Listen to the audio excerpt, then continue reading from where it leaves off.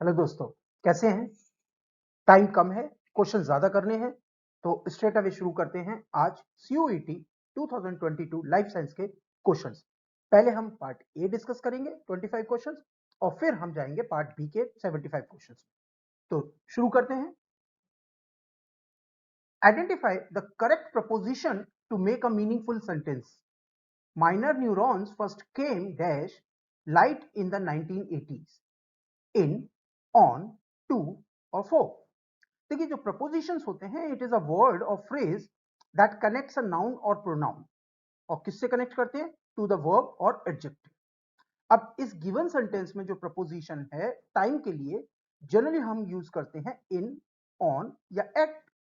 तो इसमें जो हमें गिवन ऑप्शन है वो है इन। अब देखिए, इस क्वेश्चन में टू भी आ सकता है जो कि आंसर की में दे रखा है, राइट? तो इसमें ऑप्शन जो है, अभी हम इन ले रहे हैं क्योंकि टाइम डोमेन के प्रपोजिशन जो है वो इन होते हैं, but to can also be the correct answer.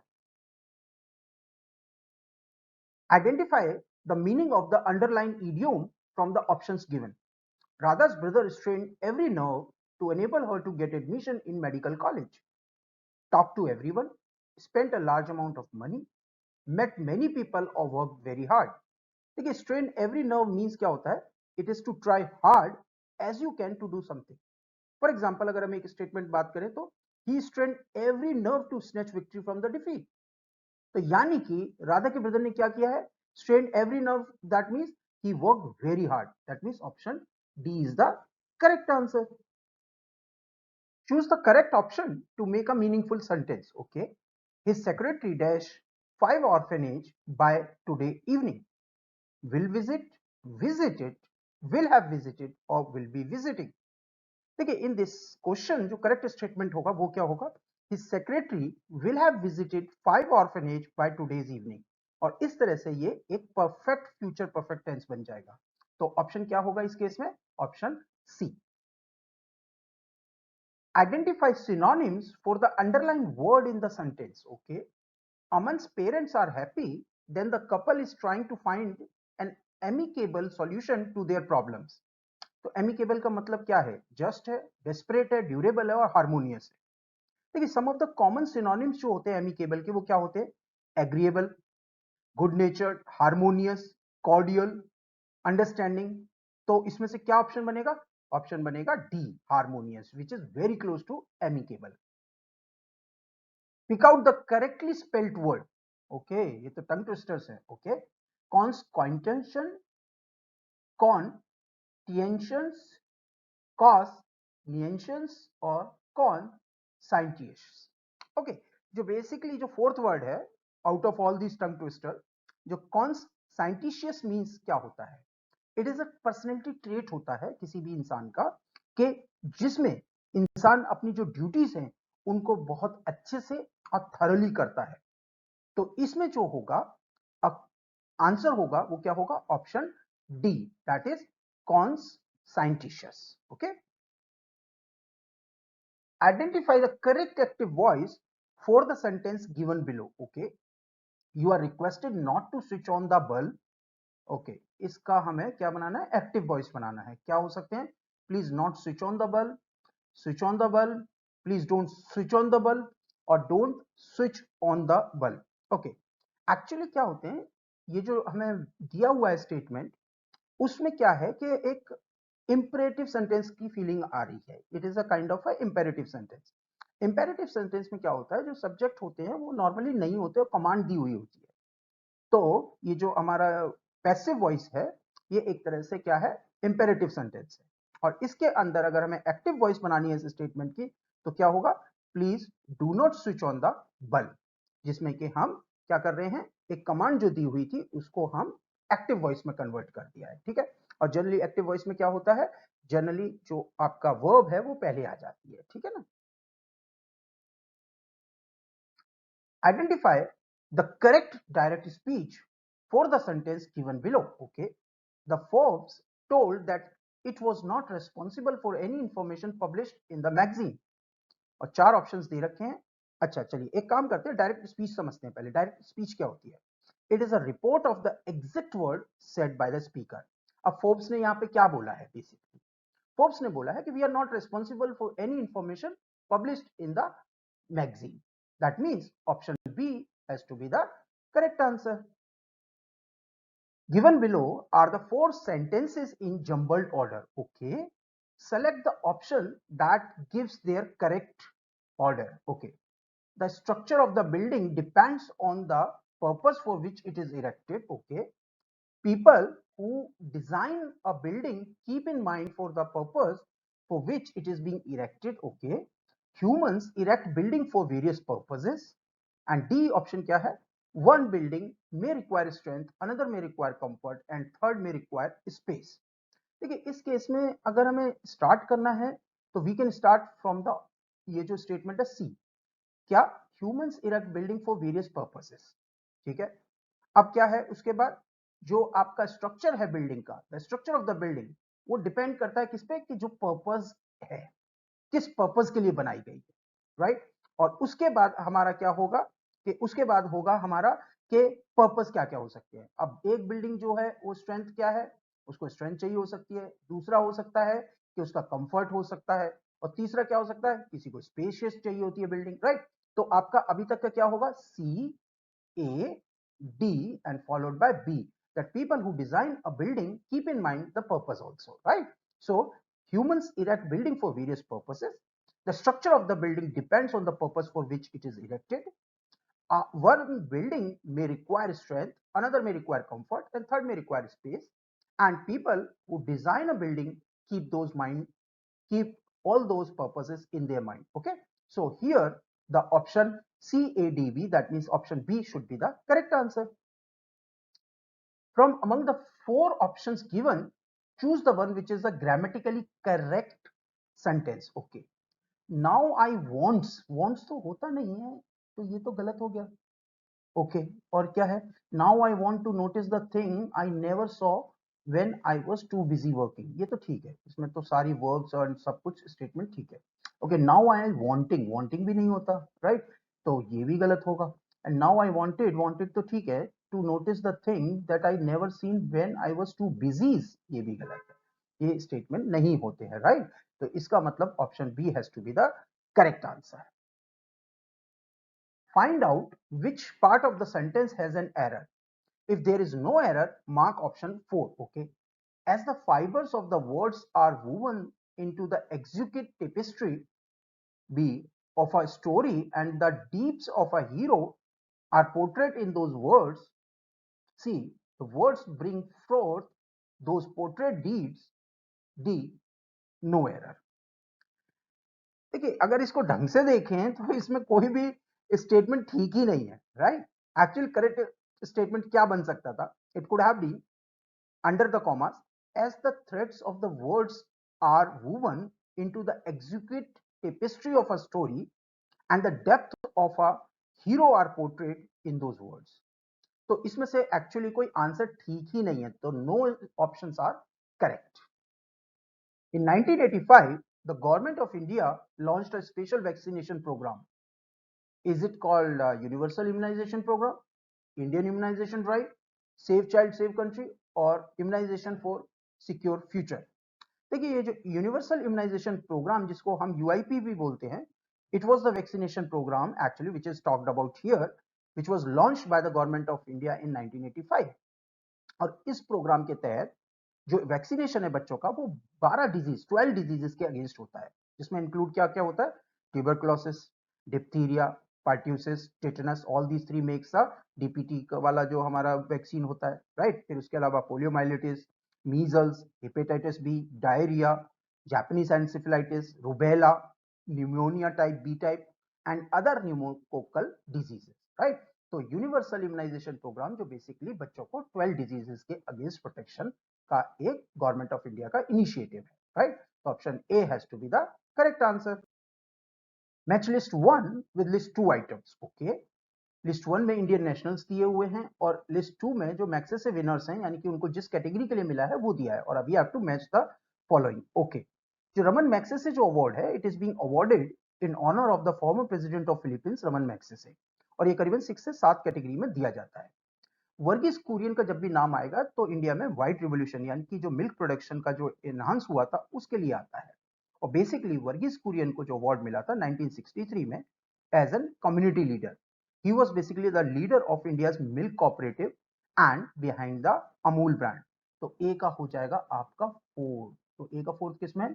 Option C में। तो इसका मतलब आंसर सी ही होगा।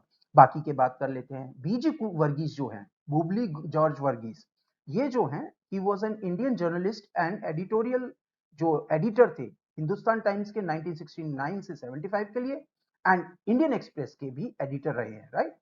And in 1975 he received the prize for contribution to the journalism. तो ये हो गया आपका बी का हो गया third, right, journalism and creative arts. जो जेम्स माइकल लिंगदो है, जेएम लिंगदो जिन्हें हम बोलते हैं, he was the chief election commissioner of India, और उनको जो मिला था प्राइज वो गवर्नमेंट सर्विसेज के लिए मिला था इन 2003। तो ये हो गया आपका लिंगदो साहब के लिए फर्स्ट। एंड कुलैंडर फ्रांसिस जो है, he was an Indian social activist who got the prize in 2012 for his work in rural upliftment in India. That means he was an emergent leader. तो जो डी हो गए वो हो गया आपका सेकेंड। तो option C has to be the correct answer. देखिए, मैक्सिस से जो प्राइज है वो बहुत सारे इंडियंस को मिला है। तो हो सकता है अगर फ्यूचर में कभी आपको ये क्वेश्चन आ जाए तो we have combined a table here in the next page, और इसमें आप देखिए ये सारे इंडियंस जिनको भी अभी मैक्स से प्राइज मिला है उनकी हमने टेबल फॉर्मेट में आपको दे दिया है। टेबल जरा लंबी है, जो आपका विजुअल है वो थोड़ा सा छोटा है फॉन्ट, तो उसको आप प्लीज मैनेज कर लीजिएगा, but we try to accommodate all the person who receive this prize. Okay, okay, match list 1 with list 2 items. Okay, list 1 में we are being given the different types of hydrogen and उनके जो correct definitions हैं which are being portrayed in list 2. चलिए different types के hydrogens का diagram देख लेते हैं और इसको please note down कर लीजिएगा। आप इसमें अगर ध्यान से देखें तो यहाँ पर it has to be C, तो क्वेश्चन में ये C होना चाहिए था, D नहीं होगा, राइट। ओके, तो ग्रे से शुरू कर लेते हैं। ग्रे हाइड्रोजन क्या होती है? As you can see, grey hydrogen में हाइड्रोजन निकलती है from natural gases and CO2 को हम कैप्चर नहीं करते। That mean C has to be connected with what? C has to be connected with second. C second किस में है? ऑप्शन बी में। तो आंसर तो इसका ऑप्शन बी होगा, राइट। चलिए आगे बाकी के कनेक्ट कर लेते हैं। पिंक, पिंक किस में आ रही है? पिंक हाइड्रोजन में अगर आप देखें तो हाइड्रोजन इज रिसीव्ड और कहीं ना कहीं न्यूक्लियर रिएक्टर का कॉन्सेप्ट लगा हुआ है। That means generated through electrolysis powered by nuclear energy. तो आपका डी का हो गया फर्स्ट। ग्रीन, ग्रीन के अंदर अगर आप ध्यान से देखें तो जो हाइड्रोजन है वो मूव आउट कर रही है and it is using the electrolysis of water, और कहीं ना कहीं आप विंड एनर्जी को यूज कर रहे हैं। दैट मींस आप रिन्यूएबल सोर्सेज ऑफ एनर्जी को यूज कर रहे हैं। तो इसको जल्दी से देखते हैं। Generated by electrolysis of water using renewable sources of energy, that means A का हो गया fourth. Now left with is blue.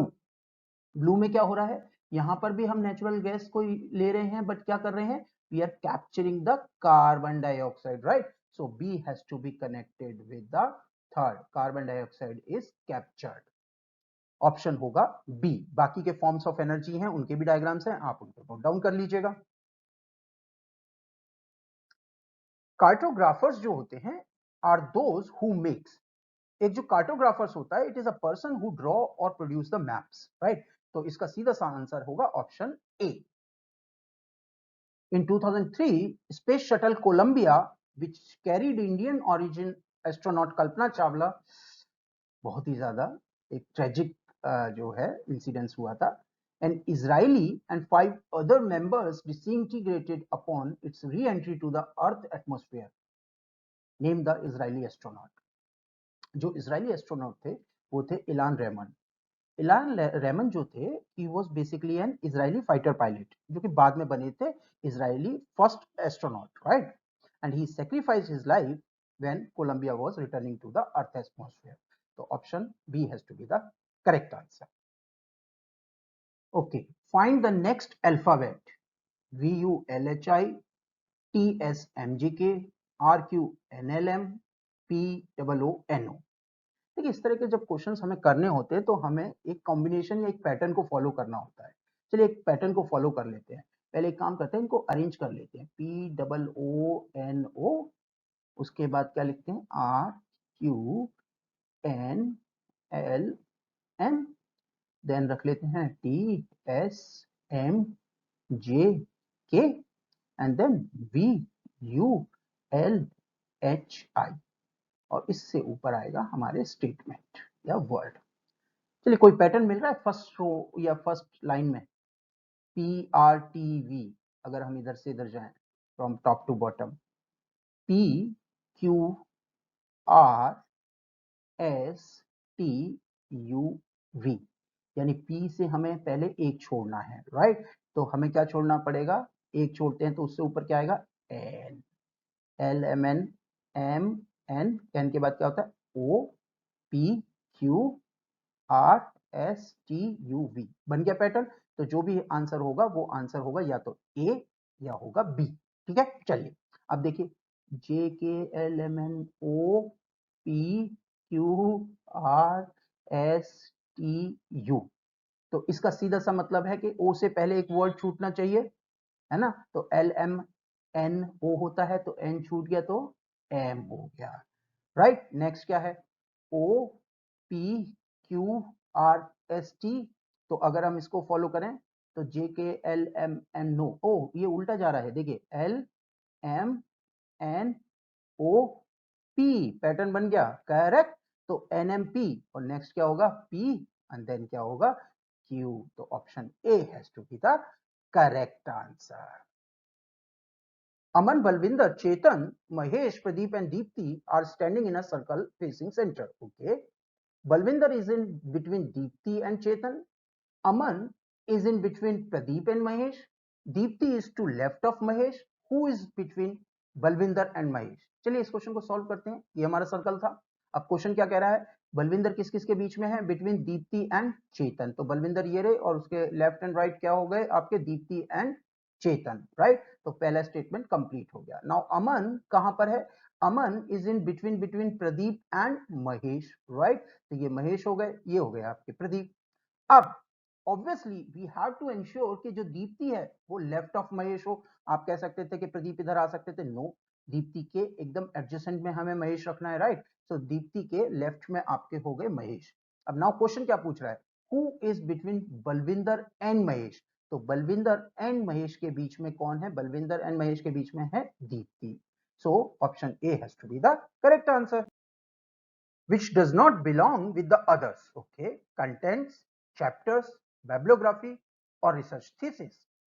देखिए जो bibliography होती है वो क्या होता है? जब literature when you are citing the reference of the one which you are referring while writing the thesis, right? तो bibliography में क्या होता है? others का contribution होता है। Chapter, whenever you are writing a book, then you may invite others writers to contribute for the as in chapter to the book, right? तो इसमें भी और लोग आ गए। कंटेंट जो होता है एट टाइम्स क्या होता है कि जैसे मान लीजिए किसी जर्नल का कंटेंट अगर पब्लिश हुआ है, साइंटिफिक जर्नल्स का या साइंटिफिक लिटरेचर का, तो उसमें बहुत सारे रिसर्च जो है कंटेंट के तौर पे आ सकती है। Research thesis is very individualistic because research thesis आप करते हैं, you earn the PhD while writing the research thesis, right? So here the option C has to be the correct answer, that research thesis में किसी और का contribution नहीं होता। yes, आप उनको साइट करते हैं बट आपकी रिसर्च थीसिस आपकी अपनी होती है। It's very individualistic, right? Okay. Meena lives in Mumbai and has a house on the western beach. Okay. Her younger brother, जो cousin है Rakesh, lives in a small town near Delhi. Okay. Rakesh is a frequent visitor to Mumbai. Okay. But logic है कि राकेश जो है दिल्ली के एक local town में रह रहा है, लोकल एरिया में रह रहा है, तो वो मुंबई जाना चाहेगा। और मीना जो कि एक वेस्टर्न बीच यानी सी फेसिंग बेंगलोर में रह रही है, तो ऑब्वियसली एक अट्रैक्शन होता है, right? And stage with Meena logically. Okay. Meena has visited Rakesh house only once in past 3 years. कोई अगर मुंबई में रह रहा है और ऑब्वियसली एक हेक्टिक लाइफ तो होती है, पर अगर सी फेसिंग है और एवरीथिंग इज फाइन, तो व्हाई ही और she is going to come to Delhi and to the local area, right? Okay, चलो छोड़ते हैं इसको, आगे चलते हैं। क्या पूछ रहे हैं question? Rakesh likes Meera more than Meera likes Rakesh. No no no, इस तरह का तो कोई स्टेटमेंट है ही नहीं, right? Okay. Meera is elder to Rakesh, ये भी कोई रेफरेंस हमें नहीं मिल रहा है, तो ये भी नहीं होगा, right? Okay. Meena does not like small towns. हाँ, रिमेंबर मीना बहुत ऑफन दिल्ली के एक लोकल एरिया में नहीं जा रही है, लोकल टाउन में नहीं जा रही है, जबकि राकेश जो है वो बहुत बार जाता है because Rakesh is liking the life of a Mumbai, right? तो ये स्टेटमेंट होगा correct. Rakesh wants to buy house on the beach, नहीं, ये भी ऐसा कोई हमें रेफरेंस नहीं मिला है। तो here the option 3, that means C, only 3 will be the correct. Find the missing number. Okay, 7, 8, 15, 34, 71 and 132 and then dash. देखिए इस तरह के क्वेश्चंस में आपको पैटर्न्स समझ में आना चाहिए। ओके, जैसे इस क्वेश्चन में भी क्या कर रखा है, इस क्वेश्चन में आपके जो क्यूब्स है नेचुरल नंबर्स का, उनको ऐड किया गया है 7 के साथ, राइट। तो अगर 0 की पावर 3 प्लस 7 तो वो 7 आ जाएगा, 1 की पावर 3 प्लस 7 वो 8 हो जाएगा, 2 की पावर 3 प्लस 7 वो 15 हो जाएगा, and so on so fourth. तो अगर 6 की पावर 3 प्लस 7 करेंगे तो 223। तो आंसर क्या होगा, option B. Arrange the following fractions a to e in their ascending order. Okay, जो रेशियोज दे रखे हैं 5 raised to the 8, 7 raised to the 12, 13 raised to the 16, 16 raised to the 29, 3 raised to the 4, इनका अगर हम fractions की value निकालें तो क्या रेशियो बनने वाला है। रेशियो अगर इंक्रीजिंग ऑर्डर में लिखेंगे तो सबसे कम किसका है, 16/29 का। उसके बाद किसका है, उसके बाद है 7/12 का। उसके बाद किसका है 5/8 का। देन 3/4 का वैल्यू। और उसके बाद किसकी है 16/29 की। अब अगर इनको मैच करें तो क्या हो जाएगा, डी, ठीक, then B, then A, then E, then C. That means option B, D B A E C, right. चलो, a mixture contain alcohol and water in the ratio of 4:3। Okay, इस तरह के क्वेश्चन अगर solve करने, let's say x litre volume है total, तो आपका जो रेशियो है वो कितना है 4/3, तो यानी कि लेटर से 4x/3x, राइट। अब इसमें आपने 5 लीटर ऐड कर दिया है वाटर, तो ये हो गया, राइट। और उससे रेशियो क्या बन जा रहा है 4/5। इसको जरा सॉल्व करते हैं। इफ यू सॉल्व तो देन x की वैल्यू कितनी आ जाएगी, x की वैल्यू आ जाएगी 2.5। अब उसने क्या पूछा है, the quantity of alcohol in the given mixture। Alcohol कितना होता था 4x, x की वैल्यू कितनी 2.5, तो कितना हो जाएगा आपका alcohol content 10 litre. That means option B. The value of, okay, एक रेशियो दे रखा है एंड मल्टीपल्स दे रखे हैं बहुत सारे, इज अप्रोक्सीमेटली इक्वल टू। चलिए देखिए इस तरह के क्वेश्चन अगर हमें सॉल्व करने होते हैं ना, तो व्हाट यू डू इज इनको सिंप्लीफाई कर लीजिए। तो 3.157 को हम 3.2 लिख लेते हैं, राइट, इंटू 4126 इंटू ये हो गया 3.2 अगेन, एंड देन इसको अगर हम लिख लें 64 एंड देन 2835। अब अगर इसको देखें तो ये कैंसिल आउट हो जाएगा आपका 1, राइट, 0.1। और इसको अगर हम सॉल्व करेंगे तो हमारी जो वैल्यू आएगी वो आएगी 0.232, यानी कि close to option C. If x plus y by x minus y is equal to 11/1, then 5x plus 3y by x minus 2y कितने के इक्विवेलेंट होगा। चलिए इसको अगर हम सॉल्व करते हैं तो क्या होता है, देखिए आपका जो x plus Y divide by x minus Y किसके इक्विवेलेंट है 11/1 के, ये हमें दिया हुआ है, राइट। अगर हम इसको रीराइट करें तो क्या हो जाएगा, x की वैल्यू कितनी आ जाएगी, देन x जो है आपका निकल के आ जाएगा इस इक्वेशन में, वो आ जाएगा 12y/10, राइट। अब जब x की वैल्यू को अगर हम पुट ऑन करते हैं इस इक्वेशन में, तो देन हमारा क्या वैल्यू निकल के आती है, then we are getting the answer of 45 minus 4, that means option C। if the difference between compound and simple interest, ये क्वेश्चन आते हैं, राइट। तो आपको जो कंपाउंड इंटरेस्ट और सिंपल इंटरेस्ट के जो फॉर्मूलाज हैं उनको अच्छे से आना चाहिए, और इस तरह के क्वेश्चन बड़े आराम से सॉल्व हो जाएंगे अगर आपको फॉर्मूला आता है, ठीक है। तो on a certain sum of money for 3 years at 2% per annum is ₹604, then what is the sum. चलिए इस क्वेश्चन को सॉल्व करते हैं। इस क्वेश्चन में दे रखा है जो सिंपल इंटरेस्ट और compound interest eight 2% rate of interest for 3 years से 604। तो अगर आप फॉर्मूला उसमें पुट ऑन करेंगे जैसे कि यहाँ पे दे रखा है, तो जो आपका प्रिंसिपल अमाउंट आएगा वो कितना आएगा 5 लाख के आसपास। तो यानी option A has to be the correct answer. चलिए हमने 25 क्वेश्चंस जो हैं पार्ट ए के सॉल्व कर लिए। अब बारी आती है पार्ट बी के 75 क्वेश्चंस की, तो शुरू करें। The most common initial step to separate water-soluble proteins from insoluble cellular material is electroporation, differential centrifugation, density gradient centrifugation और Western blotting। Definitely जब भी हमें किसी चीज को सेपरेट करना होता है solubility basis पे, तो the technique has to be centrifugation। In the case of differential centrifugation, we separate the desired compound from contaminant in a stepwise manner with an increasing centrifugal speed. So the correct answer has to be the option B, that is differential centrifugation. Which of the following technique is used for tracing changes in intracellular location of proteins and metabolites? Chromatography, DNA footprinting, DNA unlabeling, or pulse chase experiment. During pulse chase experiment, the cells are exposed with a labeled compound for short duration, which is known as pulse, which is followed by an introduction of non-labeled compound, which is called chase, so that the metabolic fate of labeled compound can be chased down. So the correct answer would be pulse chase experiment. A protein required for infecting a host by coronavirus is known as receptor protein, PD, spike protein और polymerase basic 2. Last 2 years से corona virus की वजह से पूरा human society halt पे है and you are also affected with this. So we were expecting a question on coronavirus definitely. Coronavirus की surface पे एक specific protein होता है which we call it as spike protein, which actually binds with the angiotensin converting enzyme or ACE2 receptor present on the basement membrane on us. So the option C is the correct answer, that is spike protein binds to the ACE receptor which is responsible for the corona infection. The pH at which the net charge of proteins becomes 0 under an electric field at room temperature is known as.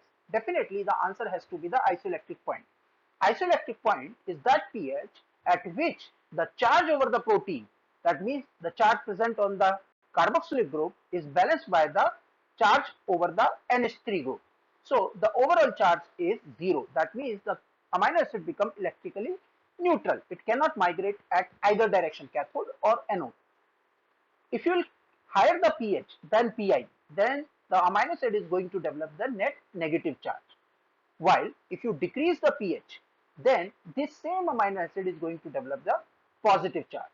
So whenever you keep any amino acid at its Pi, then it is having the 0 charge or electrically neutral. That is called as isoelectric point. So option D is the correct answer.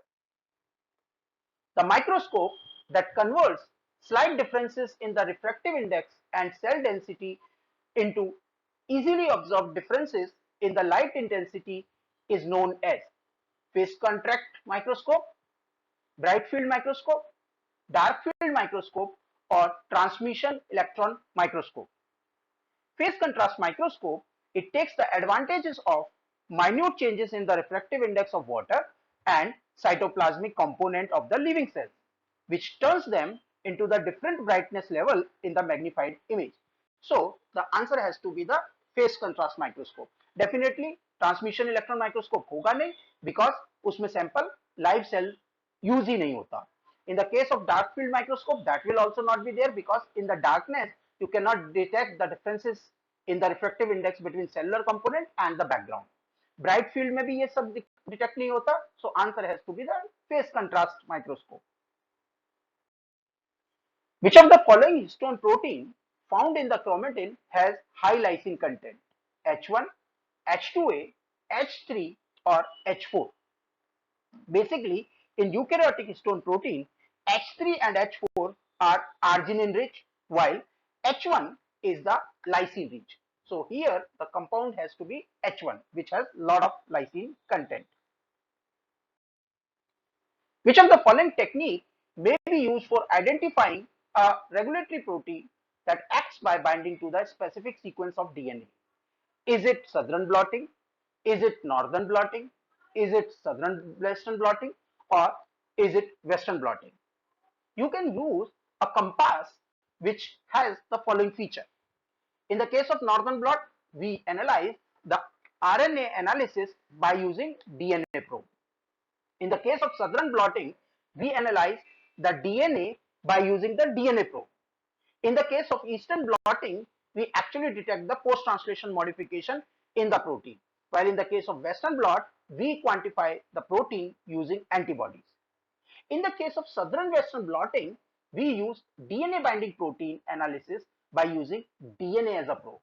So here the option C has to be the correct answer.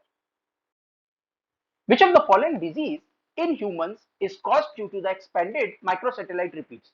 Is it Huntington disease, cystic fibrosis, tuberculosis, or alkaptonuria?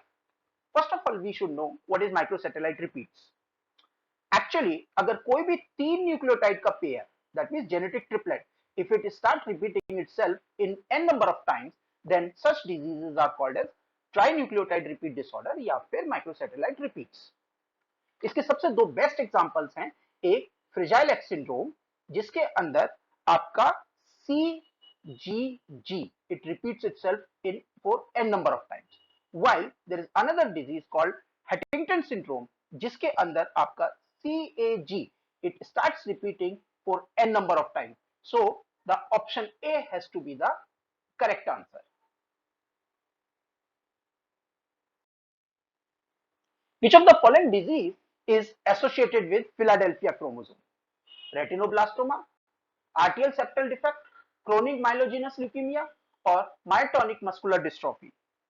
Philadelphia chromosome is a type of valence translocation between chromosome 9 and chromosome 22. It is found in the blood cells which cause a form of leukemia which is also known as chronic myelogenous leukemia. So option C is the correct answer. A classification system that groups organisms together based on the similarity of their observable characteristic, or we can say morphological feature, is known as, that's very simple, has to be phenetic system. So basically what is phenetic system? Phenetic system is a method for classifying organisms based on their phenotype, how they look, and that's where the answer B is the correct answer.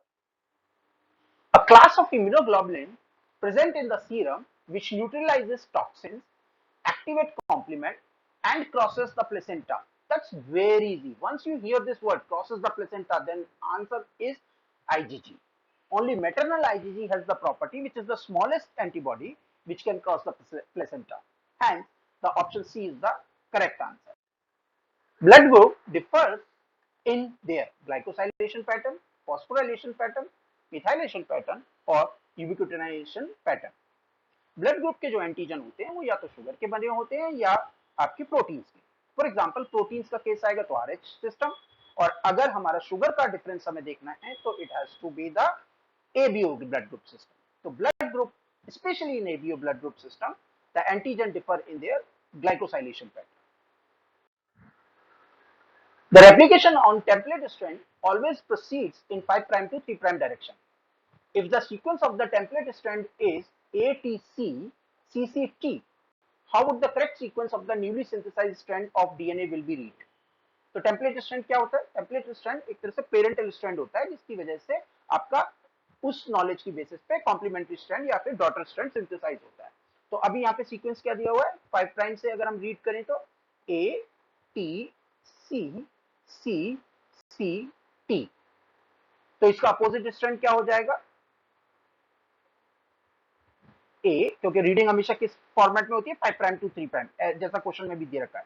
तो A G G G A T, that is option B. Which of the following condition is not essential to maintain Hardy-Weinberg equilibrium in a population? Large randomly mating population, small randomly mating population, absence of gene flow, or absence of natural selection. Basically होता क्या है? There are basically 5 main conditions which need to be followed as far as Hardy-Weinberg equilibrium is concerned. Mutation must not occur, यानी mutation होने ही नहीं चाहिए. No gene flow, यानी कि आपके जीन फ्लो का कोई स्कोप नहीं होना चाहिए. Population size has to be large, तो ऑब्वियसली स्मॉल पॉपुलेशन जो साइज है वो हार्डी-वेनबर्ग फॉलो ही नहीं करेगा. तो option B is the correct answer. Bacteria produce an enzyme methylase which mainly play a role in, that's very easy. Basically bacterial methylation is being done during the restriction host modification system, जहाँ पे कि methylase क्या करता है? वो अपने host DNA को या self DNA को methylate कर देता है, and restriction enzyme now cannot detect their own DNA, rather they cut the foreign DNA, which is a viral DNA. So option A is the correct answer, that it modifies the self DNA. In anaerobic condition, yeast consume more glucose than in the presence of aerobic condition. This phenomena is known as Hechins-Slack effect, immersion enhancement effect, Warburg effect और Pasteur effect. देखिए, east के साथ एक बड़ी interesting condition है कि ये एक फैकल्टेटिव एनारोब है. दैट मींस व्हाट, कि ये ऑक्सीजन की प्रेजेंस और एब्सेंस डिसाइड करेगा कि ये कौन सा पाथवे यूज करेगा एटीपी प्रोडक्शन के लिए. अगर ऑक्सीजन नहीं है लेट अस से, then it will use fermentation for the process. That means fermentation use की जाएगी to get the ATP, जिसमें obviously ATP की yield कम होती है. While अगर ऑक्सीजन प्रेजेंट है, that means ये बेसिकली Krebs साइकिल में जाएगा और इलेक्ट्रॉन ट्रांसपोर्ट चेन और ATP को प्रोड्यूस करेगा, तो ATP की yield बहुत ज्यादा हो जाएगी. ऑब्वियसली ATP की yield ज्यादा है, उसको अगर मुझे मैच करना फर्मेंटेशन से, तो then I require more of glucose. इसका मतलब क्या हुआ कि ऑक्सीजन की एब्सेंस में I require more glucose as far as yeast is concerned, and this effect is known as Pasteur effect. Which DNA repair system is affected in Lynch syndrome? Nucleotide excision repair, base excision repair, mismatch repair, and repair of double-stranded DNA. Basically, Lynch syndrome is a type of autosomal dominant cancer in which there is an inherited defect in the DNA mismatch repair system. So option C is the correct answer. Which of the following animal has a pseudocele? Ascaris, Fasciola, Varroa or C. anemone? Pseudocele क्या होती है? Pseudocele is a type of cavity between gut and outer body derived from the persistent blastocele. और इस तरह के organism को हम क्या बोलते हैं? Pseudocoelomates. Ascaris is one of the great example of pseudocoelomates. So option A is the correct answer. Which of the following is not a characteristic feature of bony fishes? Presence of paired fins, laterally compressed body, presence of homocercal tail or presence of placoid scale. एक काम करते हैं, एक bony fish का example देख लेते हैं. तो बेसिकली बोनी फिशेस जो होती हैं वो एक तरह से ओवल शेप्ड बॉडी होती है उनकी, लेटरली कंप्रेस्ड होती है, तो दैट मींस ये तो करेक्ट है. नाउ उनके अंदर पेयर्ड फिन्स होते हैं, तो ये भी करेक्ट है. एज फार एज उनकी टेल को अगर हम देखें, तो उनकी जो टेल होती है वो दोनों इक्वल साइज की होती है. That means they have homocercal tail. उनमें क्या नहीं होता? They do not have the placoid scale, which is present in the cartilaginous species.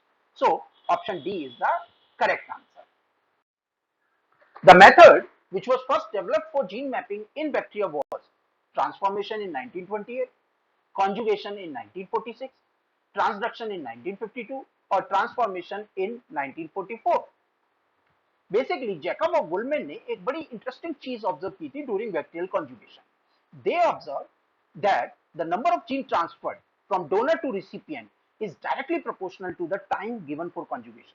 तो यानी कि अगर मुझे इस बैक्टीरिया से दूसरे बैक्टीरिया में कुछ जीन्स ट्रांसफर करानी है थ्रू कॉन्जुगेशन, तो अगर मैं ज्यादा टाइम दूंगा तो ज्यादा जीन ट्रांसफर होंगी, और अगर कम टाइम देंगे तो कम जीन ट्रांसफर होंगी.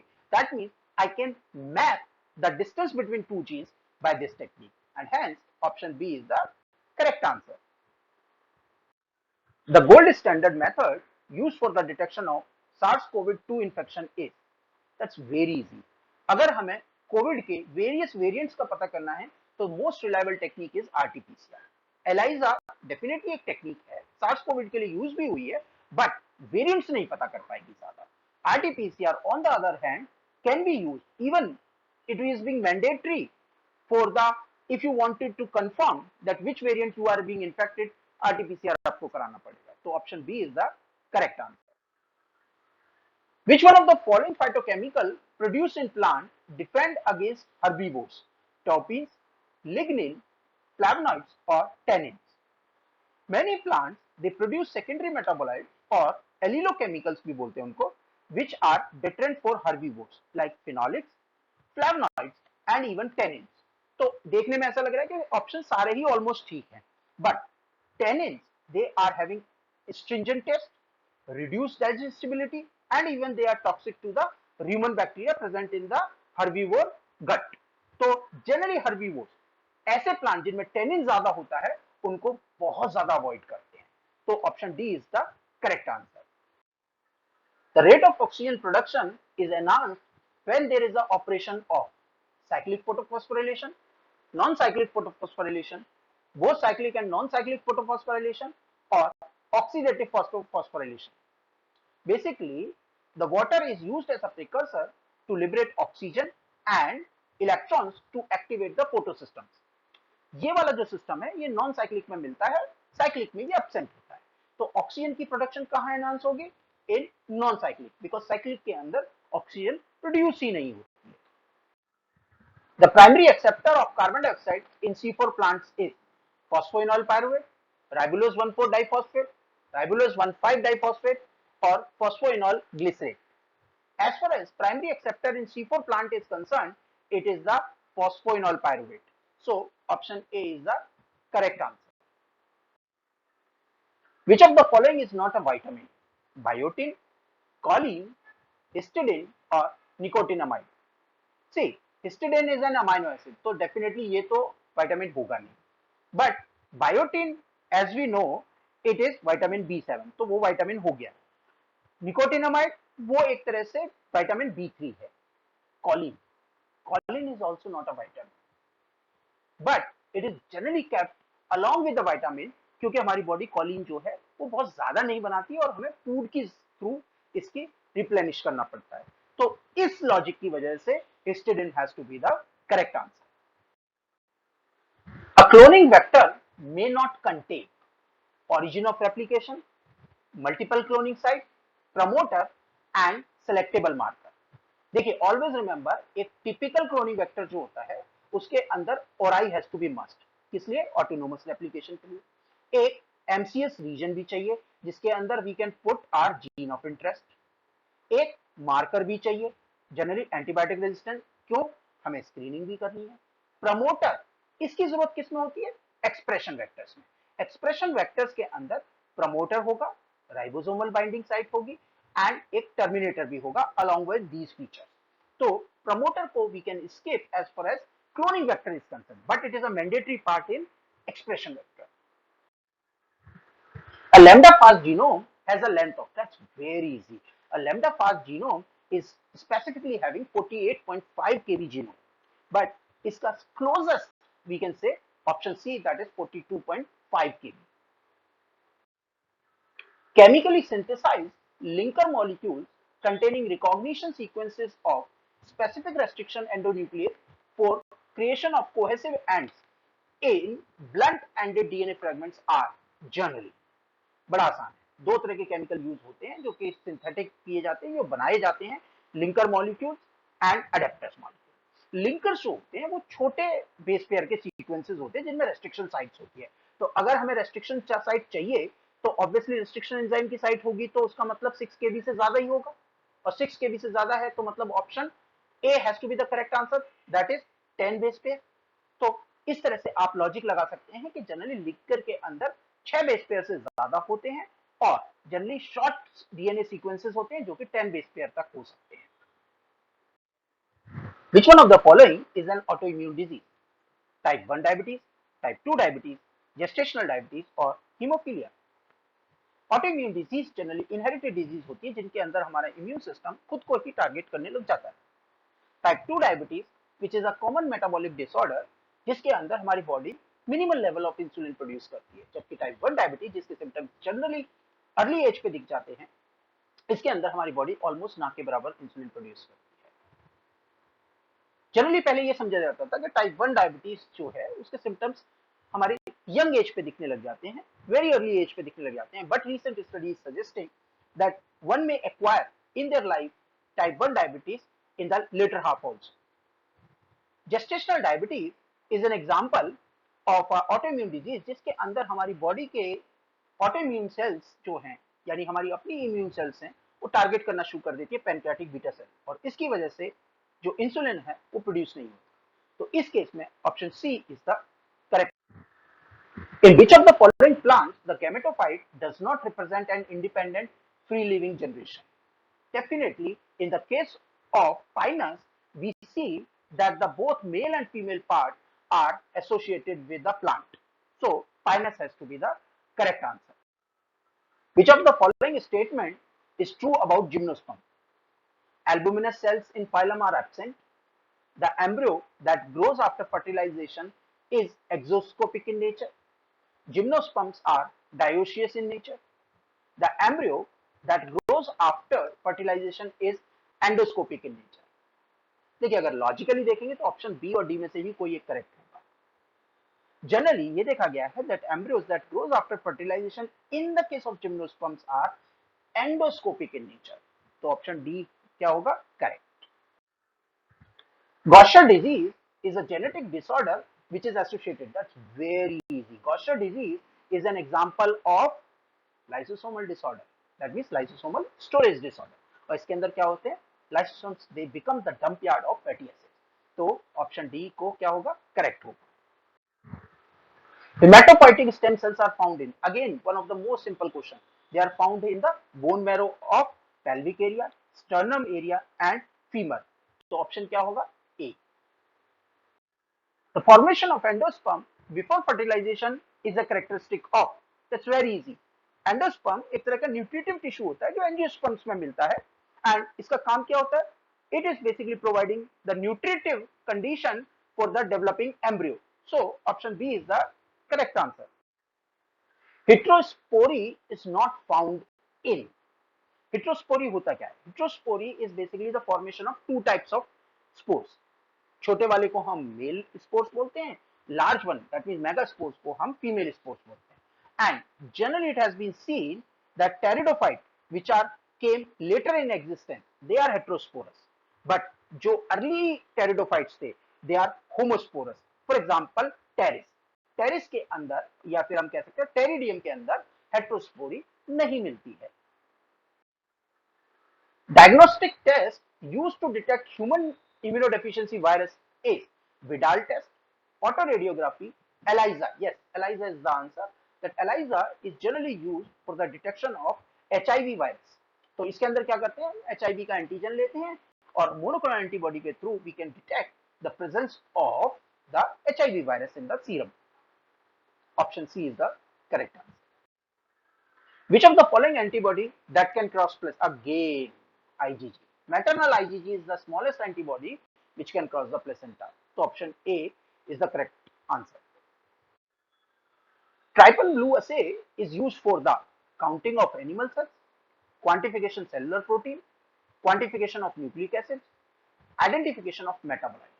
First of all, we should know Trypan blue assay होता क्या है. Trypan blue assay is basically a dye based assay जिसके अंदर Trypan blue जो है वो लाइव सेल्स के अंदर नहीं जा पाती, डेड सेल के अंदर चली जाती है.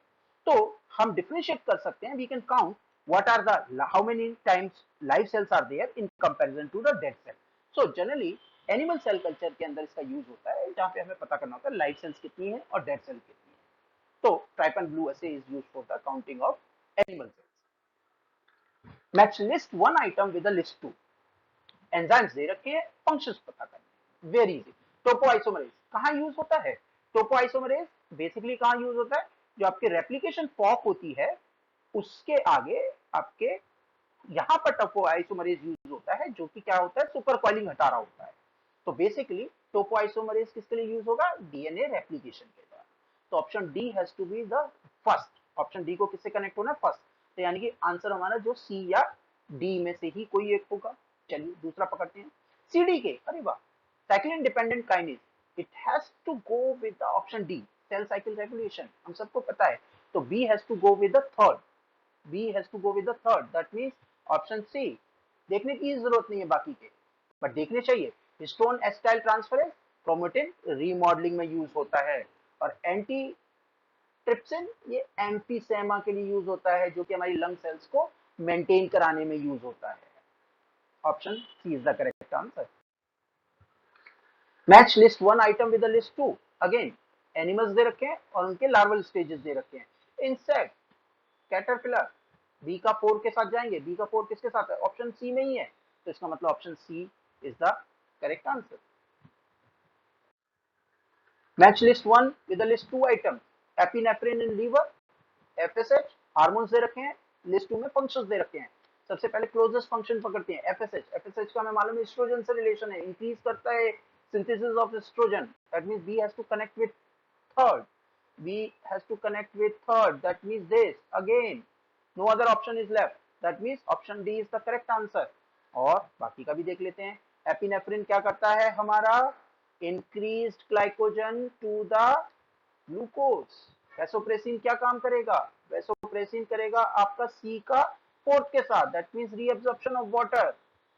और एपिनेफ्रिन इन स्केलेटल मसल्स क्या करने वाला है, conversion of glucose to glucose 1 phosphate. सिर्फ एक आपको पकड़ना है क्लोजेस्ट जिसका आंसर आप कंफर्म हो, बाकी के सारे आंसर डेफिनेटली हो जाएंगे। Again one more match the following question. List one item में क्या दे रखे हैं, nitrogenous base, and then in list two item what we have to find. अगर डीएमिनेशन करा देंगे तो क्या बनेगा, तो let's find out. Cytosine, cytosine का डीएमिनेशन करते हैं तो क्या बनता है, uracil. That means A has to connect with third, A has to connect with third, that means answer B या सी में से होगा। 5 मिथाइल साइटोसिन, 5 मिथाइल साइटोसिन क्या बनाता है हमारा, थाइमीन। थाइमीन मतलब option B has to connect with A, that means first. Okay, तो B has to connect with first. Okay, now adenine, adenine क्या बनाता है हमारा, hypoxanthine. That means C has to connect with fourth, again correct है।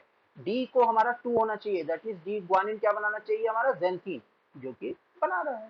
That means option B is the correct answer. Again one more match the following, very good. List one item क्या है, different different compounds यानी vitamin sort of दे रखे हैं और उनके function बताने हैं। सबसे पहले क्लोजेस्ट जिसका हमें पता है उस पे जाते हैं हम। Vitamin E, vitamin E and C हमेशा एंटीऑक्सीडेंट होते हैं, तो C has to go with 2, C has to go with 2, C has to go with 2। Okay, या तो ए होगा या सी होगा। ओके, नैरो डाउन करते हैं। विटामिन के, विटामिन के क्या है, क्लॉटिंग फैक्टर है, ब्लड क्लॉटिंग फैक्टर है, तो बी का किसके साथ होना चाहिए, फर्स्ट, बी का first, that means option A is the correct answer. Again one more match the following, narrow down करते हैं, सेल्स दे रखी है, फंक्शंस पता करने हैं। मैक्रोफाजेस, फैगोसाइट्स होते हैं, सिंपल। तो ए का किसके साथ होना है, 2 का, ए का 2 के साथ। ओके, तो यानी बी हो सकता है आंसर या फिर डी हो सकता है। ओके, नैरो डाउन करते हैं बी। बी सेल्स का क्या काम है, एंटीबॉडी प्रोडक्शन, तो B has to go with first, B has to go with first, that means option B is the correct answer. एक और match the following, name of the scientist, we have to connect with the discoveries.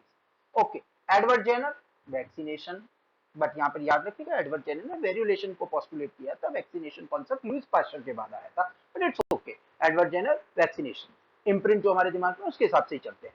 Okay, एवलॉर्ड, Avery MacLeod McCarty ने क्या किया था, they have given the chemical basis of heredity, so A has to go with the third, A has to go with the third, option D correct answer.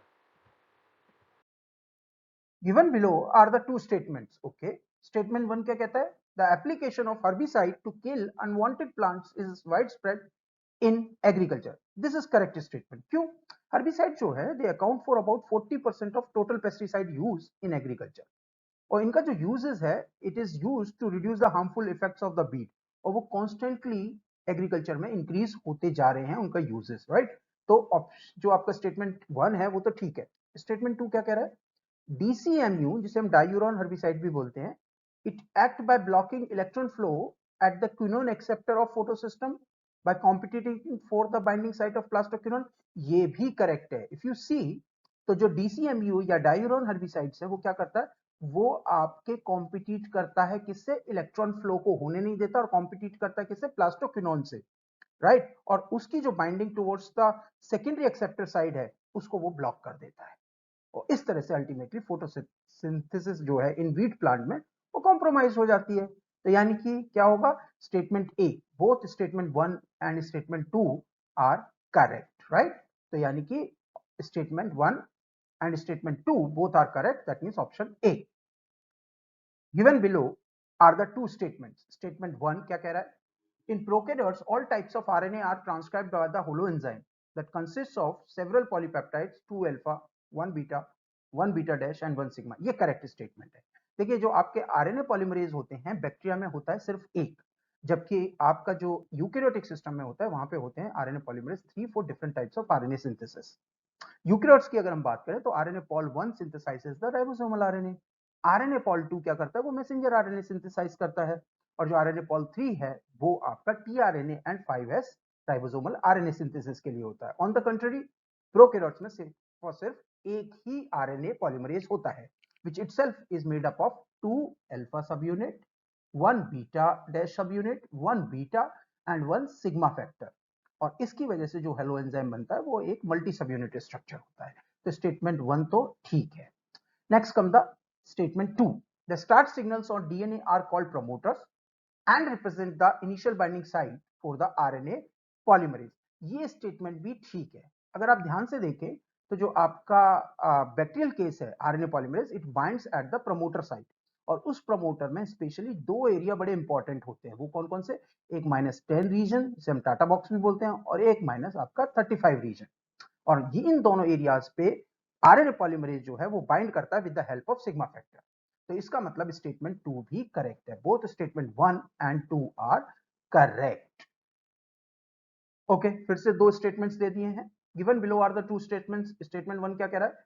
The glycolytic pathway is the only route available for the oxidation of sugars in plant sales.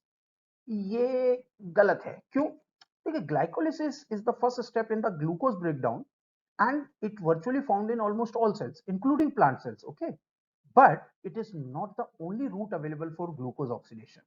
एक example देते हैं, pentose phosphate pathway भी use हो सकता है in plastids for the glucose breakdown, right. तो ये जो स्टेटमेंट 1 है वो तो हो गया इनकरेक्ट। अब सेकंड क्या है? इन पेंटोस फॉस्फेट पाथवे अभी हमने बात करी। So in pentose phosphate pathway the complete oxidation of 1 glucose 6 phosphate molecule 2CO2 result in the production of 12 NADPH। देखिए, oxidative phase of pentose phosphate pathway ये तो क्लियर है कि जो स्टार्ट होता है आपके ग्लूकोज 6 फॉस्फेट से और एवरी डिग्रेडेशन पे एक CO2 निकालता है। बट इसमें स्टेटमेंट गलत क्या है? स्टेटमेंट गलत है that complete oxidation glucose 6 phosphate का पेंटोस फॉस्फेट पाथवे से नहीं होता है, right. That means even though CO2 निकल रहा है, इवन दो 2 NADPH निकल रहे हैं हमारे, बट कंप्लीट ऑक्सीडेशन नहीं होता है through pentose phosphate pathway. So that's where this statement 2 is also incorrect. So both statement 1 and statement 2 are incorrect. Option B.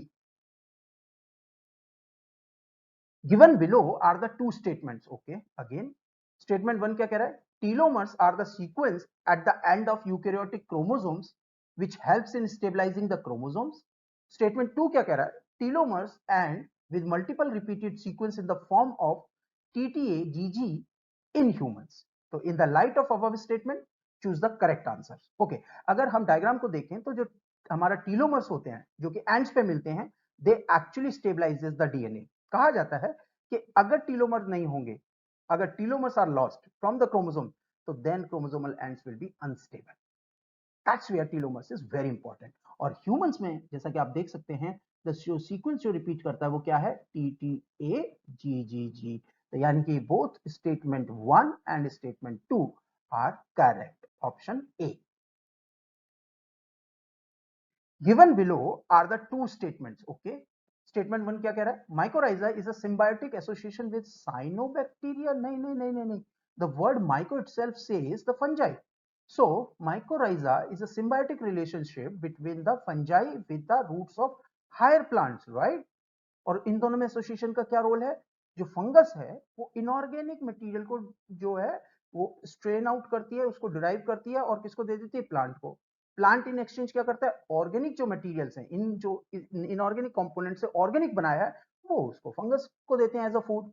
तो mycorrhizal association is important for nutrition acquisition in plant under limited condition. ये तो ठीक है statement, but statement 1 जो है वो incorrect है।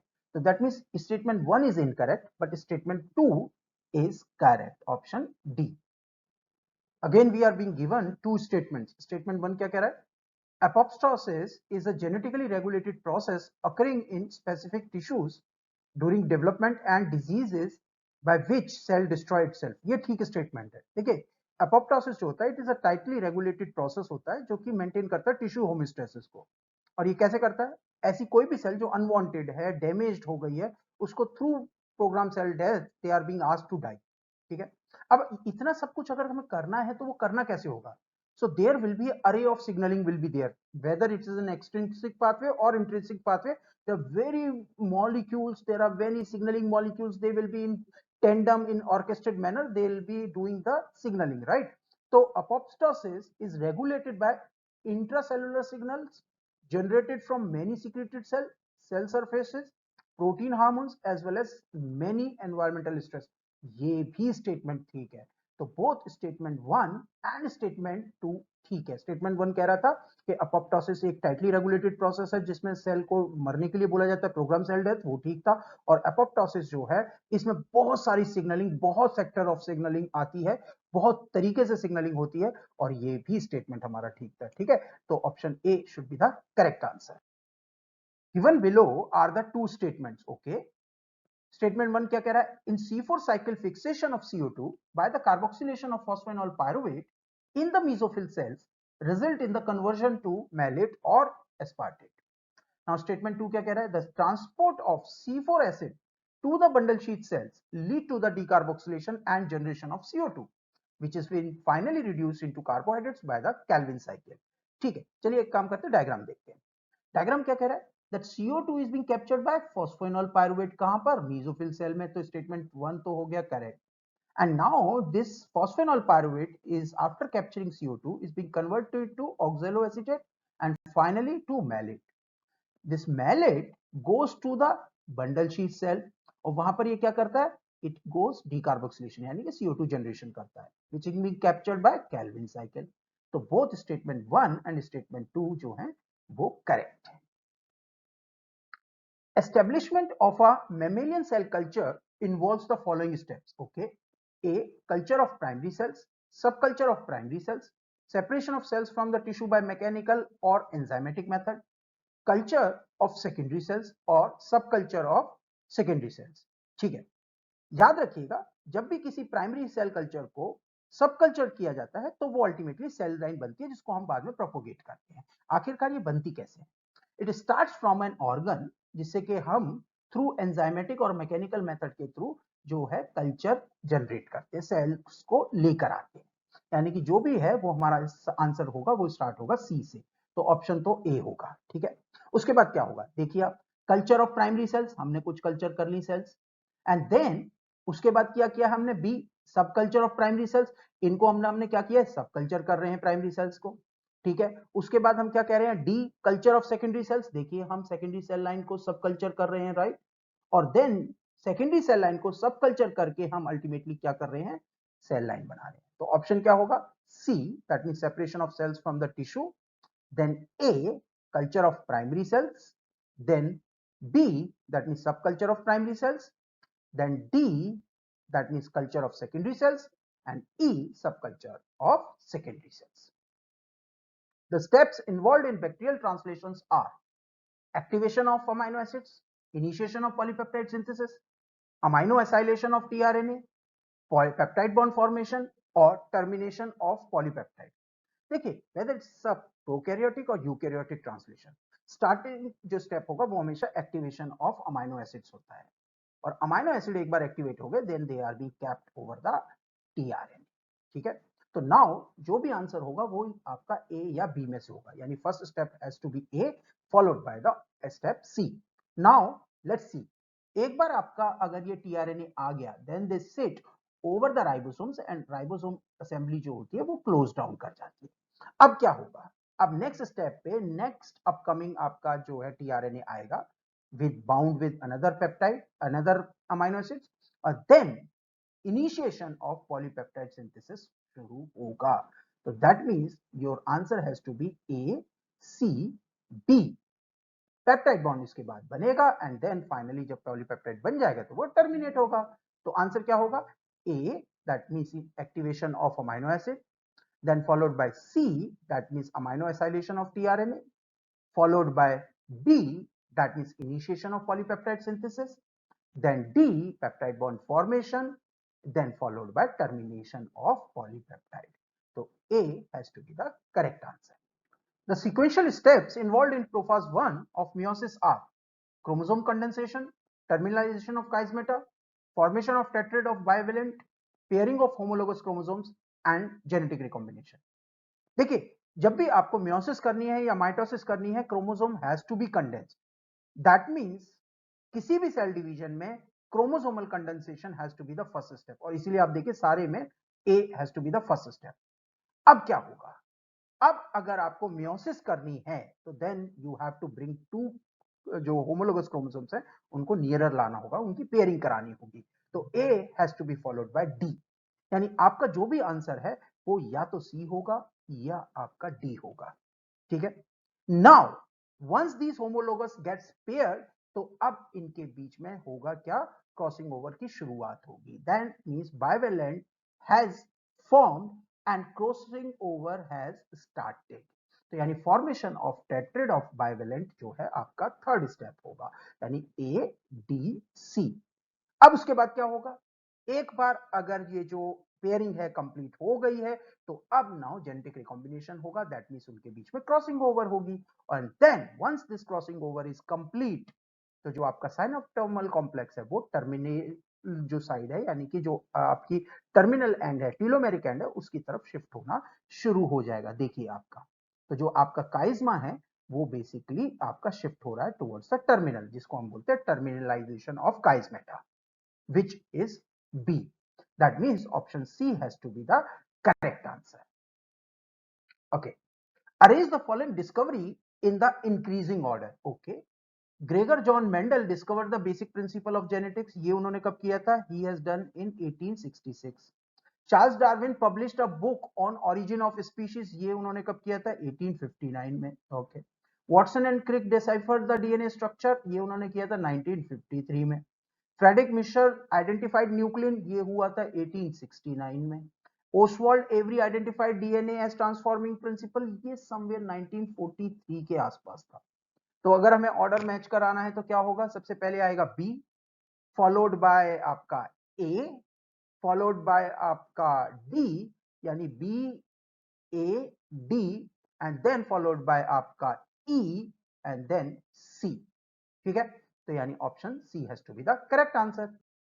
Which of the following vaccine does not provide lifetime protection? Okay, polio, chickenpox, smallpox and MMR. पहले बात करते हैं स्मॉलपॉक्स की।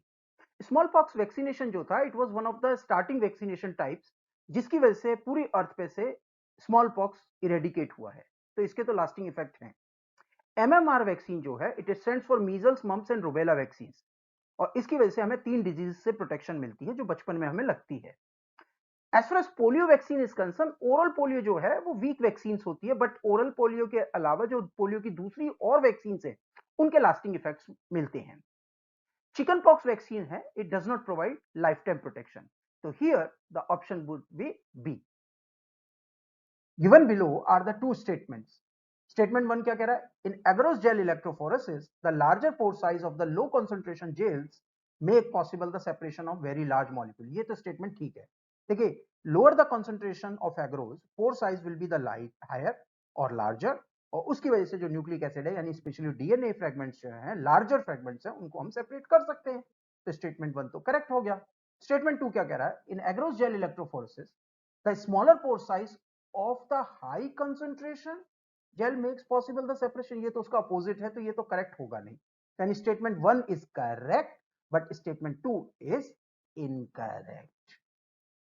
Arrange the following in the order of their action. Okay, G one cyclin CDK complex, APC CDH, S phase cyclin CDK complex, MPF, APC CDC 20। देखिए, ये सारे के सारे जो फैक्टर्स हैं साइक्लिन डिपेंडेंट काइनेजेस, ये आपके रेगुलेटरी चेक पॉइंट्स है किसके, सेल डिवीजन के। और सेल डिवीजन कहां से स्टार्ट होता है, सेल डिवीजन स्टार्ट होता है जीवन फेज से। तो ऑब्वियसली जो पहला मॉलिक्यूल होगा जो कि अकरेंस में होगा सेल डिवीजन के, वो होगा सीडी के जीवन स्पेसिफिक साइक्लिन, यानी कि ए। इसलिए ए की वजह से आंसर या तो ए होगा या होगा आपका डी, राइट। उसके बाद कौन है, उसके बाद आएगा आपका एस फेज डिपेंडेंट जो सीडी के कॉम्प्लेक्स यानी कि सी, देन उसके बाद आएगा आपका G2 डिपेंडेंट सीडी के, एंड फॉलोड बाय एमपीएफ यानी कि एम फेज प्रमोटिंग फैक्टर, जो कि आगे माइटोसिस में आपको साइकिल को आगे पुश ऑन करेगा, right. Followed by anaphase promoting complex, और एक बार अगर एनाफेज बन गया तो then the cell cycle ends.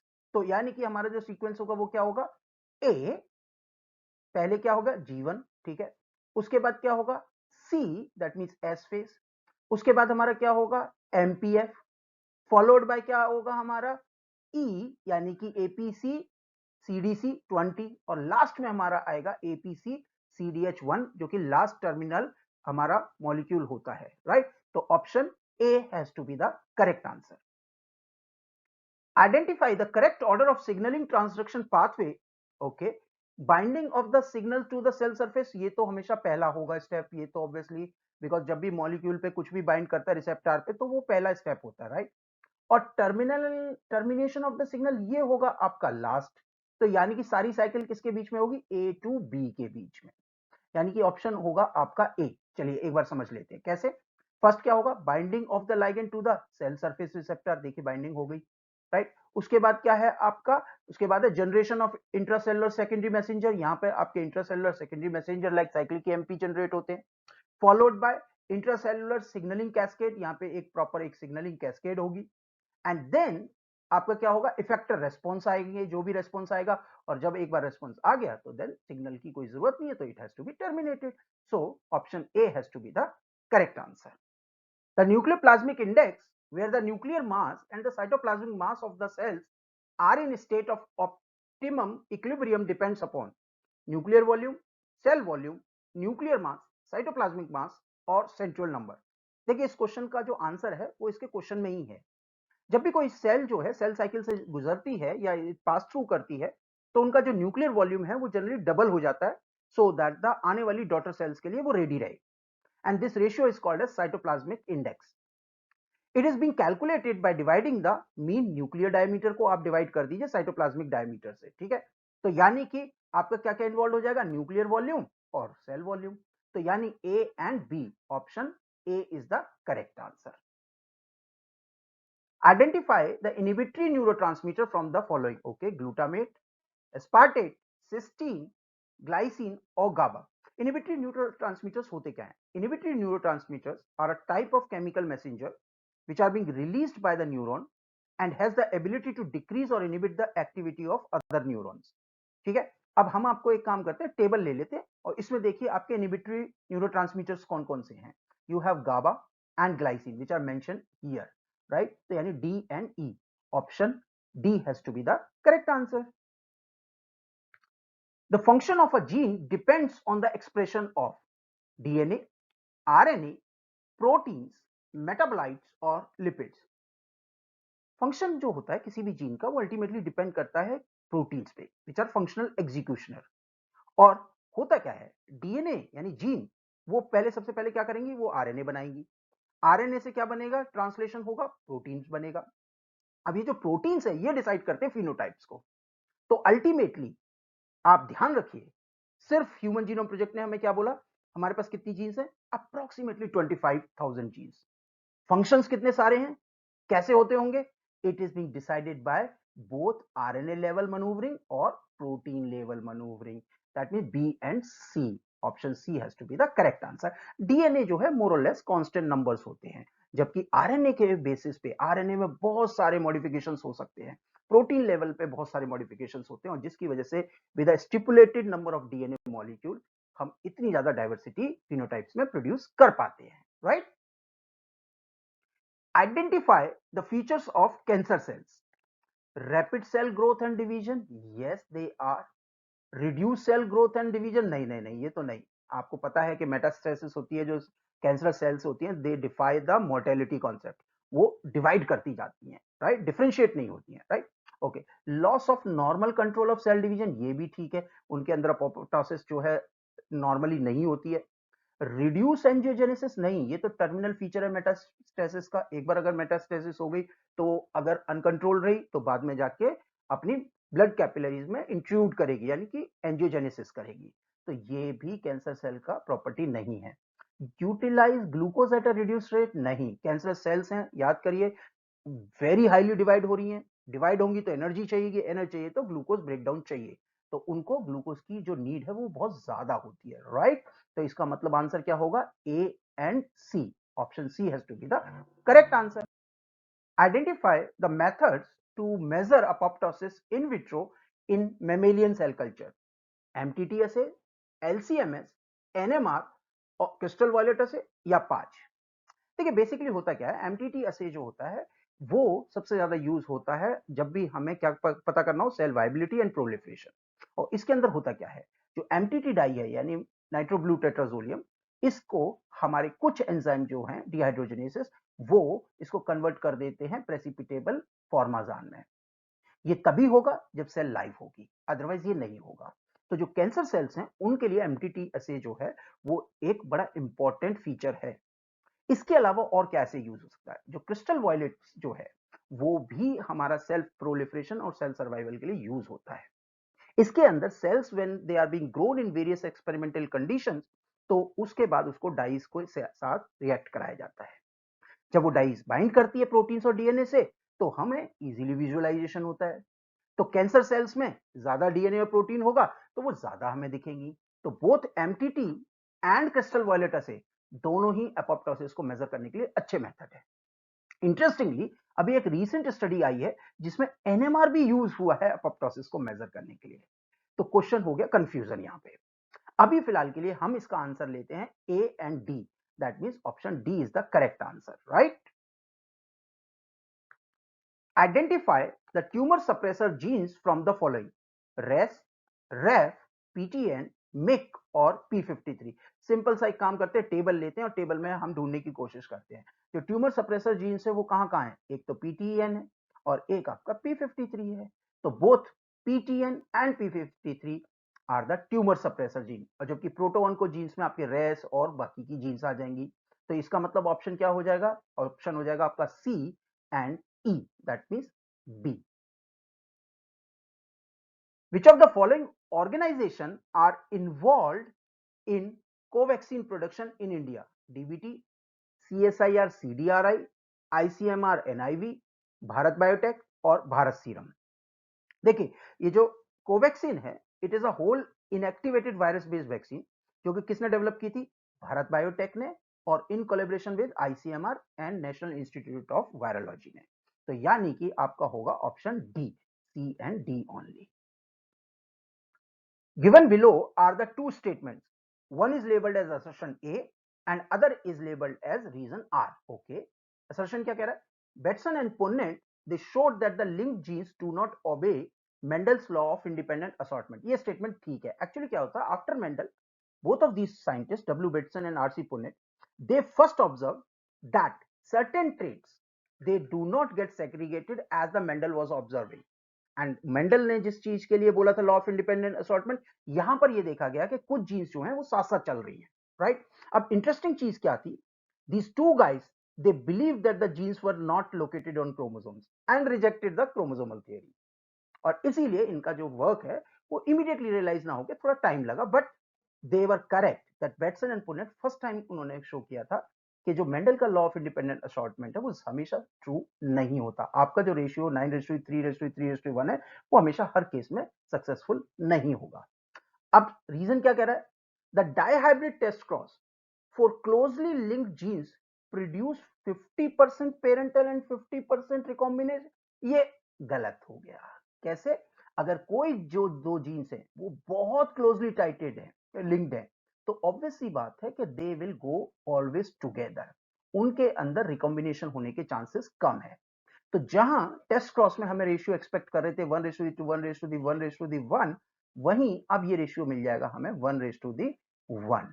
That means जो रिकॉम्बिनेशन है, जो रिकॉम्बिनेंट बनने की जो वो है कैपेसिटी, वो रिड्यूस हो जाएगी, राइट। तो इसीलिए आपका जो असर्शन है वो ट्रू है, but R is false. Option C is correct. Given below are the two statements. Okay, assertion A क्या कह रहा है, oligosaccharides with unique structures are components of a variety of glycoproteins and glycolipids on the outer surface of the plasma membrane। ये ठीक है, as we know that there are many glycoproteins which forms the cell surface receptor। आपके immunoglobulins example हो सकते हैं, आपके even blood group antigens जो हैं वो भी एक एग्जांपल हो सकते हैं। तो यानी assertion तो ठीक है। ओके, रीजन क्या कह रहा है, the influenza virus infects animal cells by binding to the cell surface glycoprotein as an first step।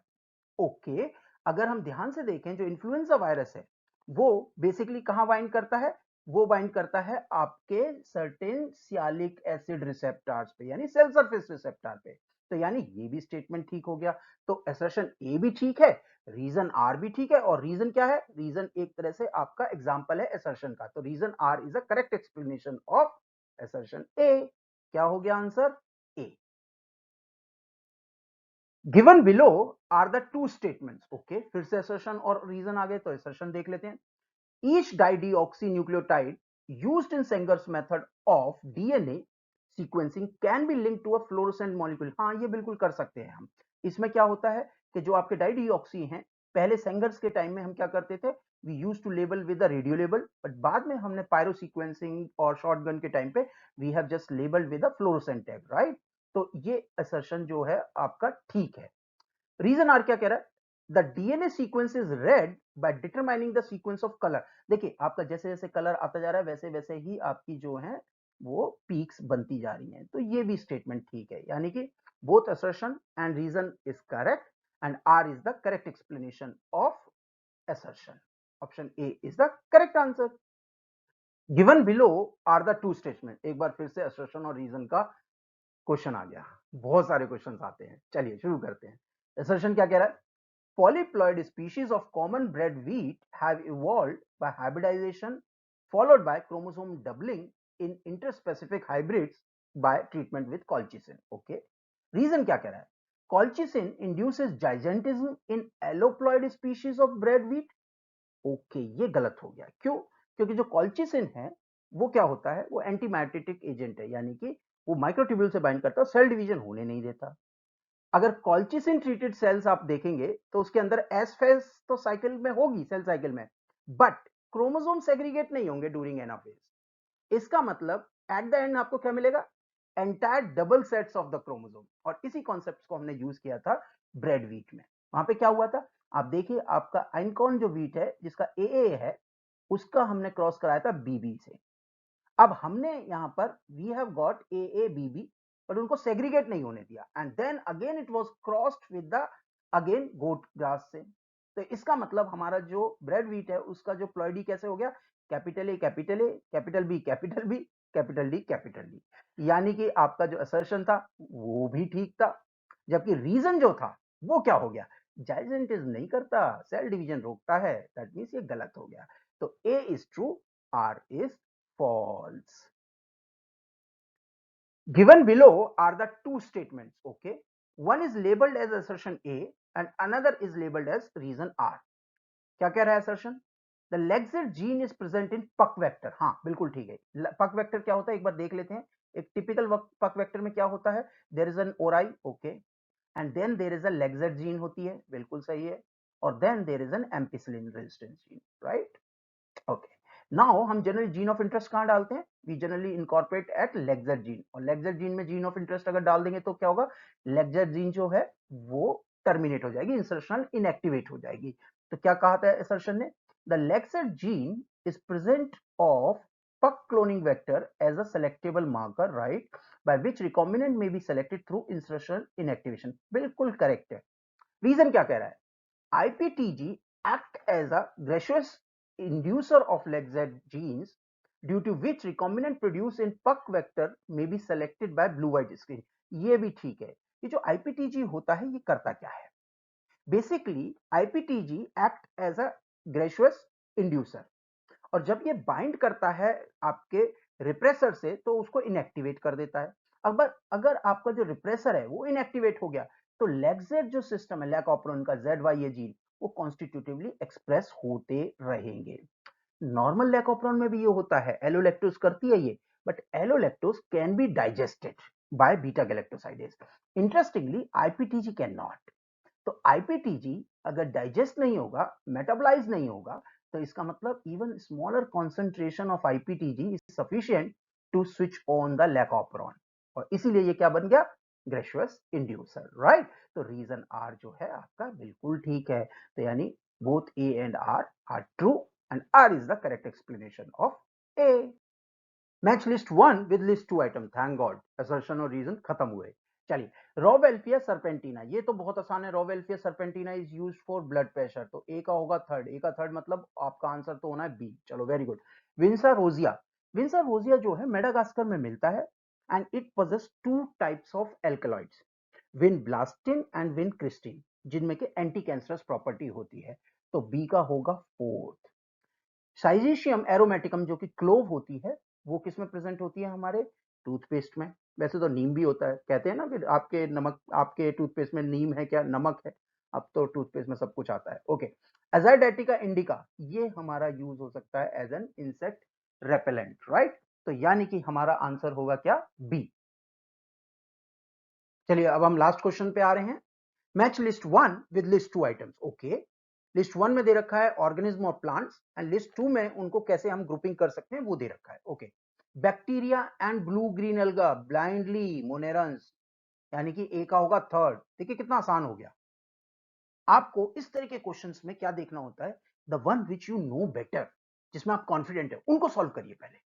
अगर आप उनको मैच करते हैं तो आप देखेंगे कि आपके जो ऑप्शंस हैं वो ऑटोमेटिकली रिड्यूस हो जाएंगे। एट टाइम्स क्या होगा, जैसे इस क्वेश्चन में हुआ कि आपका जो है एक ही ऑप्शन होगा, राइट? तो इस तरीके से क्वेश्चंस को सॉल्व करने की कोशिश करा करिए। चलिए आगे क्लासिफिकेशन देख लेते हैं एक बार। जो आपके ब्रायोफाइट्स हैं, टेरिडोफाइट्स हैं, gymnosperm and angiosperm, they possess embryo, और इसीलिए उनको बोलते हैं हम एम्ब्रियोफाइट्स।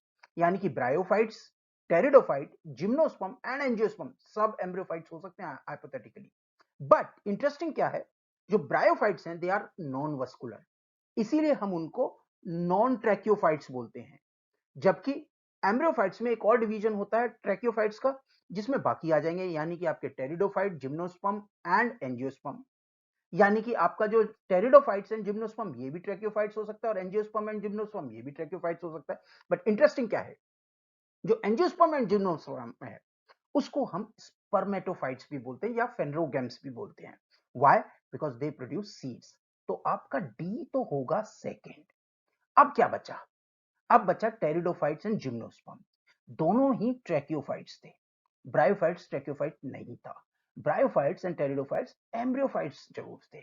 तो यानी कि आपका होगा ऑप्शन डी। Thank you. तो इसी के साथ हमने देखा कि क्वेश्चंस बहुत आसान, आपको थोड़ा सा प्रैक्टिस करना है। हमारे साथ बने रहिए, ऐसे ही हम क्वेश्चंस के अलग अलग तरीके से शॉर्ट टाइम में कितनी जल्दी जल्दी क्वेश्चन करें उसको हम देखते रहेंगे, बताते रहेंगे, टेबल्स आपको देते रहेंगे। अगर आपको कंटेंट पसंद आया तो please do like, share and subscribe and spread the word. Thank you very much.